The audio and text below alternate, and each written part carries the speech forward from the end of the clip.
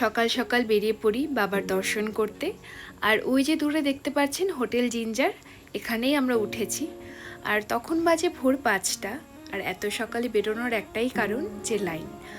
আর মধ্যপ্রদেশে তো খুব ভালো করেই জানে সবাই যে কীরকম গরম, আর তার উপর ছিল তখন জুন জুলাই মাস। এবার সব মিলিয়ে আমরা ঠিক করেছি যে সকাল সকাল বেরোবো, সকাল সকাল পুজো দিয়ে আসবো।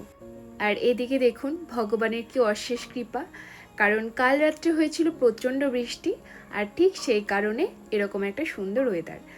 আর সব মিলিয়ে একটা 1.5 ঘন্টা জার্নি করে আমরা উজ্জয়িনীতে পৌঁছেছি। এবার আমাদের প্রায় 8 থেকে 20 মিনিট লাগবে হাঁটা পথে মন্দিরে প্রবেশ করতে।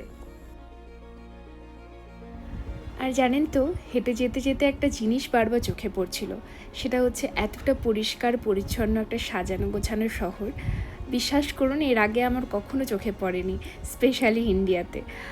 তো সব মিলিয়ে একটা সুন্দর 20 মিনিটের পথ আমরা অতিক্রম করে এখন আমরা মন্দিরে প্রবেশ করতে পেরেছি। আর এখানেও একটা ভগবানের কৃপা যে লাইনে দাঁড়াতে হয়নি। টিকিট কেটে, কিন্তু ব্যাপারটা হচ্ছে যে আলটিমেটলি প্রচুর ভিড় ছিল, তার মধ্যে আমরা মোটামুটি ভগবান সেই আশীর্বাদ দিয়েছে। আচ্ছা, এবার চলুন, এবার যাব আমরা কালভৈরব মন্দিরের দিকে। কিন্তু কোথাও গিয়ে এটাই আমার কষ্টের বা দুঃখের যে আমি সেই ভিডিও ক্লিপসগুলো কিছু রাখতে পারিনি বা নিতে পারিনি, কারণ সেখানে একটা অন্যরকম পরিবেশ ছিল, যার কারণে আমি ফোনটাকে অনই করতে পারিনি। আর এরপর আমরা হোটেলে ফিরে আসি, কারণ আমাদের সন্ধ্যে 7টায় আবার ফ্লাইট আছে, সেটা ধরে সোজা বাড়ি। কিন্তু কোথাও গিয়ে একটা আফসোস থেকে গেছে যে আমার পুরো শহরটা একটু ঘুরে দেখার ইচ্ছে ছিল, কিন্তু সেটা হলো না।